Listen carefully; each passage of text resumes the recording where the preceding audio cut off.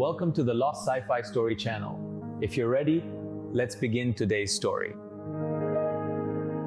The Meridian Platform smelled like recycled oxygen and bad decisions, and Eli Vasquez had made both the conscious choice to be here and the less conscious choice to pack 8 paperback novels and 4 pairs of socks for an 8-month deployment, which meant he was already running a thermal deficit by week 2 and had finished 2 of the novels before the platform's orbital alignment had even stabilized.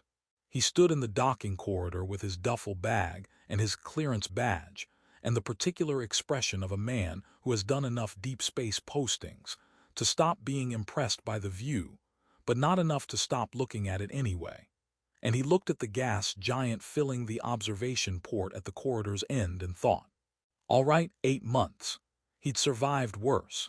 He'd once spent 6 months on a drilling platform off Ganymede where the coffee machine had broken in week 3 and been replaced by a machine that produced something described on its interface as hot nutritive liquid, which was accurate in the way that calling a black hole, a region of reduced visibility, was accurate. The platform was not glamorous. Its hallways were the width of 2 people walking in easy agreement, which meant that 2 people carrying equipment had to negotiate passage with the careful diplomacy of rival nations sharing a border crossing.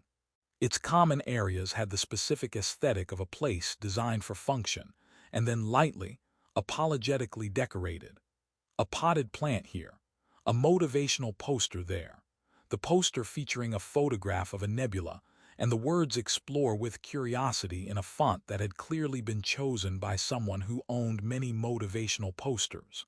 Eli passed it on the way to the research wing and felt, briefly, very far from home, which he was, by approximately 30 light years, which was the kind of fact that was more useful to hold at a comfortable intellectual distance than to contemplate directly before you'd had coffee. He was introduced to his project partner in the primary observation lab, where she was already standing at the main window with her back to the door, watching the gas giant with the focused attention of someone reading a document rather than observing a planet. The platform's research director said her name, Seyran Vo, xenobiologist, Auren Institute of Comparative Sciences, published across 11 journals in 3 systems, and she turned from the window with a single, unhurried motion that Eli's brain filed under note. Different before he'd consciously identified why. She was tall. Her hair was dark and cut to the jaw. Her skin, in the angled light coming off the gas giant through the observation glass, carried something beneath its surface. A faint iridescence like shallow water over pale stone, there and then not there depending on how the light moved. Her eyes were very still. Your published methodology in the Callisto Sediment Survey contains an error in the 3rd variable grouping, she said, by way of introduction. Her standard was formal and precise, the translation implant rendering her speech with a fluency that was almost uncanny. I have prepared a corrected version. We can discuss it after you've settled. She turned back to the window. Eli stood in the doorway for a moment. Then he said to the research director quietly, "Is she going to do that every time I publish something?" "She does it to everyone," the director said, with the tone of a man who had personally experienced this and was no longer sensitive about it. "It's considered a compliment in Auren academic culture. It means she read it." Eli looked at Seyran Vo, standing at the window with her thermal container and her corrected methodology, and her complete, unblinking attention pointed at a gas giant. "Great," he said. "I've always wanted a compliment that makes me feel like I need to sit down." The first 2 weeks were the work of 2 strangers building a shared vocabulary from scratch, which is to say they were occasionally awkward, frequently efficient, and punctuated by the specific kind of silence that happens when 2 people are both very intelligent and very uncertain of each other's social geometry. The data helped. The gas giant's upper atmosphere was producing organic compounds that belonged to no taxonomy either of them had a clean framework for, and genuine scientific interest is one of the more reliable bridges across the gap between species who don't yet know how to talk to each other about anything else. They were good at the work. They were good at the work together in a way that Eli noticed early and filed carefully in a mental drawer he didn't label, because labeling it felt premature and also faintly alarming. On the 14th day, he made a joke about the compound's molecular structure resembling, under a certain magnification, a very small and confused pretzel. Seyran looked at it. Then she looked at him. Then she said, after a pause of approximately 2 seconds, "It does not resemble a pretzel. A pretzel has a standardized topological configuration. This structure is irregular and asymmetric."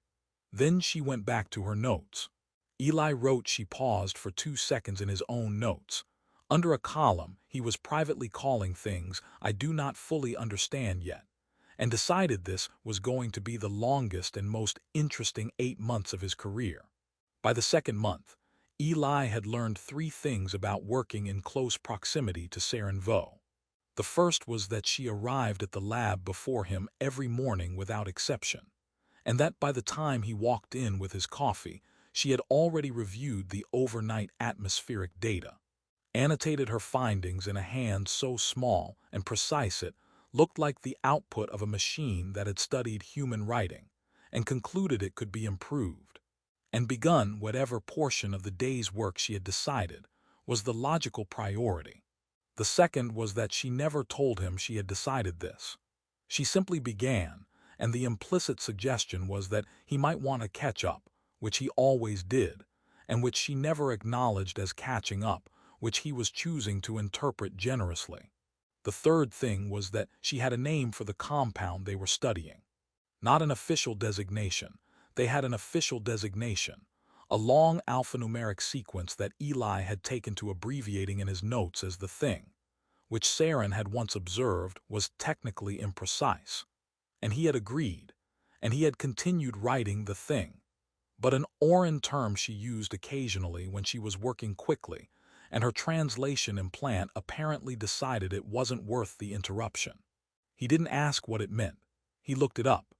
His Auren lexicon, which covered roughly 40% of the language's academic register and about 12% of anything else, returned the translation as something close to a question the universe is asking itself.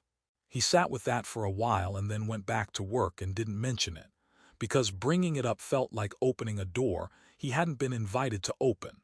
And he was learning, slowly and with the occasional setback, that invitation mattered in ways he was only beginning to understand. The compound, the thing, the universe's question to itself, was refusing to behave. It replicated, which was interesting, because pure chemistry does not replicate, replication being the specific provenance of biology. And what they were looking at existed in the upper atmosphere of a gas giant that was not supposed to support biology of any kind, which was either a profound discovery or an instrument error. And they had ruled out instrument error 6 times across 3 different methodologies, and were now sitting with the profound discovery like 2 people who have found an unexpected door in a wall they were certain was solid. They argued about what to do with it.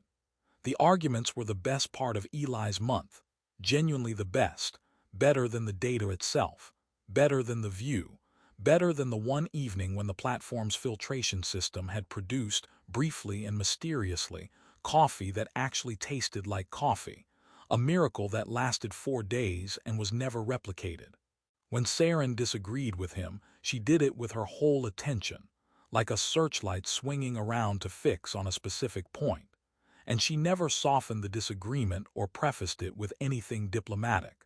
And he found this so thoroughly refreshing after years of conference room science, conducted in the careful passive voice, that he occasionally disagreed with positions. He privately agreed with just to keep the argument running a few minutes longer. He did not tell her this. He was not entirely certain she hadn't figured it out. Siv, the Velhari communications officer, had decided by the 3rd month that they were the most interesting residents of the platform, and had allocated a portion of his considerable social energy to monitoring their situation. Siv was 7 feet tall, had 4 arms, laughed at a frequency that rattled the lab's lighter equipment, and had the interpersonal instincts of a species that had evolved in collective social groups of several hundred, and therefore experienced human interaction as something charmingly miniature and low stakes. He brought Eli a plant in month 3 with a note that said, "For the nervous energy," and when Eli pointed out that he was not nervous, Siv looked at him for a long moment with the expression of someone deciding how honest to be, and then said, "The plant is not for you specifically. It is for the energy in your general area," and left. And Eli put the plant on his desk and understood, with the clarity of a man who has been transparently obvious to everyone in a room except himself, that the energy in his general area had apparently been causing concern. The plant died in a week. Eli felt this was some kind of message and resolutely declined to decode it.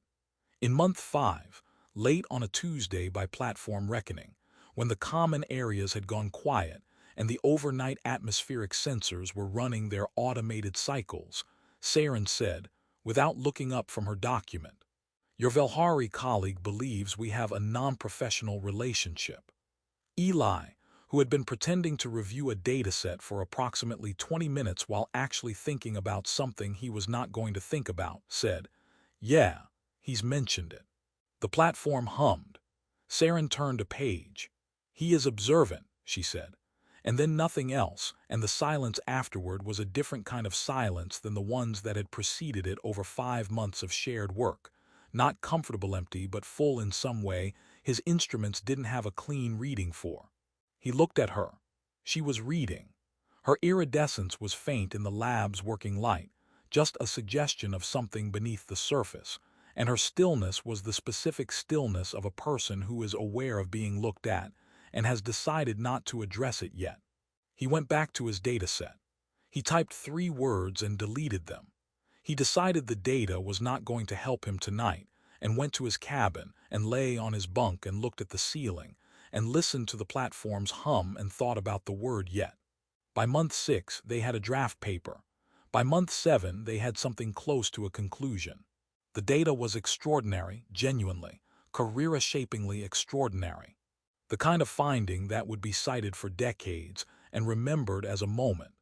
And Eli sat with the completed analysis one evening and felt something he hadn't expected, which was not triumph or relief but a specific reluctance. Like a man who has been given a beautiful problem and can see clearly that it is almost solved and is not entirely certain he wants it to be. The reception ended the way all receptions on research platforms ended, gradually and then all at once, with a final dispersal of people who had run out of things to say and were now simply tired and pleasantly full of 4-species refreshments, some of which had been clearly labeled, and some of which had been consumed on the optimistic assumption that anything arranged on a table at a celebration was probably fine. Brecht collected glasses with the systematic efficiency of a man who had already mentally moved on to tomorrow's logistics. The holographic data visualization continued rotating above the snack table for several minutes after everyone had stopped looking at it, turning its slow blue revolutions above the nut crackers with the patient dignity of a thing that had not been told the party was over, until someone found the control panel and turned it off, and the break room was suddenly just a break room again, with pushed-back furniture and a banner that had given up on its last word. Eli left when the room had emptied to a few remaining clusters of conversation, because standing at the observation window alone after everyone had gone felt like a statement he wasn't prepared to make publicly. He walked the corridor toward his cabin with his hands in his pockets and his translation implant very quiet, the platform's night cycle hum the only sound in the narrow passage, and he thought about the half-second delay.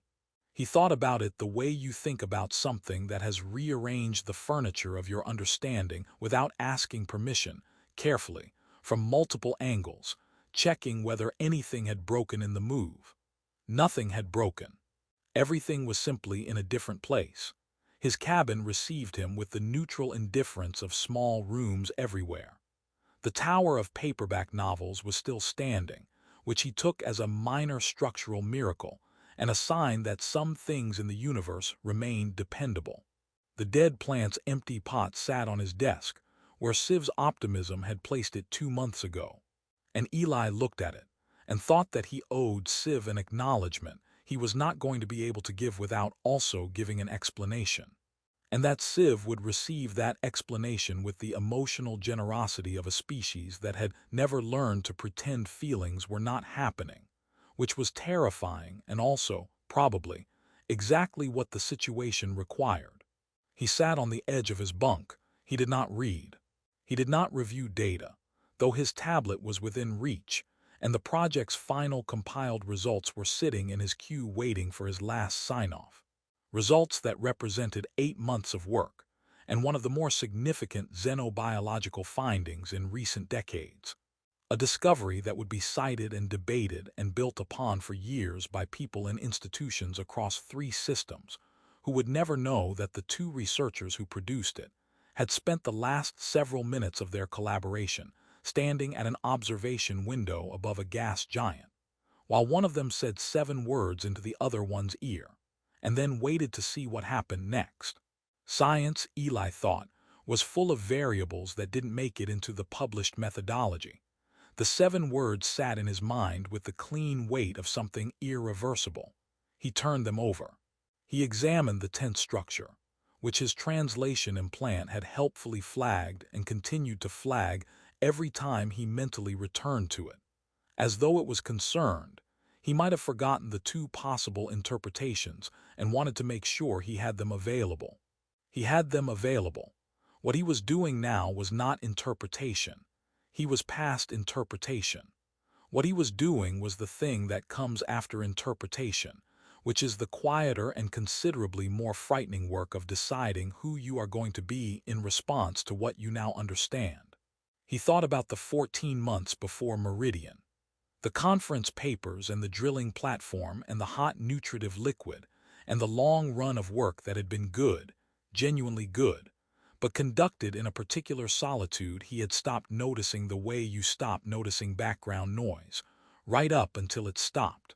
He thought about month 1, and the corrected methodology, and the 2-second pause before something that might have been a joke. He thought about the argument in month 4 when she had drawn a diagram on the back of an equipment manifest with such urgent precision that the pen had gone through the paper, and the expression on her face in that moment. Not her usual careful neutrality, but something quick and unguarded that had disappeared as fast as it came. So fast he had half convinced himself he'd imagined it. He had not imagined it. He understood that now. He had been for 8 months, in the presence of someone exercising an enormous and continuous discipline, not because she was cold but because, for her species, warmth was not a default state freely distributed. It was a thing kept and protected and offered only when the offering meant something, when the ground had been tested enough times to be trusted. And she had spent 8 months testing the ground, and he had spent 8 months being, apparently, ground worth testing. He stood up. This was not a dramatic decision. It was the outcome of sitting still long enough that continuing to sit still became the less honest option. She knocked 20 minutes later, 3 times measured. He opened the door and she was standing in the corridor with her thermal container still in hand, because she was, at her core, a consistent person, and the iridescence beneath her skin was clear in the low corridor light. And she looked at him with her complete and final focus attention, and did not say anything, because there was nothing in the formal register, or the professional vocabulary, or 8 months of careful standard grammar, that was the right tool for this moment. And she was standing in the doorway without any of the distance she had maintained so precisely and so deliberately. And he understood, in the way that you sometimes understand things not as a thought but as a physical fact, that this had cost her something. Not because she was reluctant, because it mattered. He stepped aside. She came in. She looked at the tower of novels with the evaluating attention she brought to all data, and then she said, precisely and without preamble, "Those are unlikely to survive another 8 months of turbulence." Eli laughed, a real one, the kind that arrives before you've decided to let it, and she watched him laugh with her still, complete attention. And then something in her expression moved, small and deliberate as a first step, and it was the first expression he had seen on her face that had not been measured. He recognized it the way you recognize a word in a language you have been learning for a long time, not perfectly, not with full fluency, but enough. Enough to know what it meant. Enough to know it was meant for him. Outside, the gas giant continued its ancient rotation. Vast and indifferent and full of questions it was asking itself in the dark.